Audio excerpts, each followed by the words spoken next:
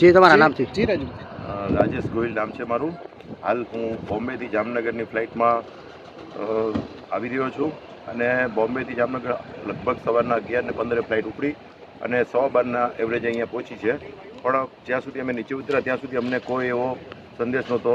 પણ નીચે જ્યારે સામાન લેવા માટે અમે લોકો લગેજ લેવા માટે ઉતર્યા ત્યારે એવું અફરાતફરીનો માહોલ અમને દેખાણો, જેમાં પોલીસ આજુબાજુમાં પીઆઈ સાહેબ, ડીવાયએસપી સાહેબ એવું ચેકિંગ કરતા એવું અમને જણાવ્યું કે કંઈક તકલીફ છે.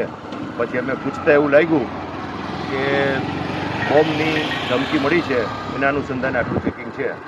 એટલે પરિસ્થિતિ થોડીક ગંભીર હતી, પણ પોલીસના દ્વારા અને પ્રશાસનના દ્વારા પોલીસને સાનુકૂળ લઈ આવવાની પરિસ્થિતિ અત્યારે એવું લાગી રહ્યું છે.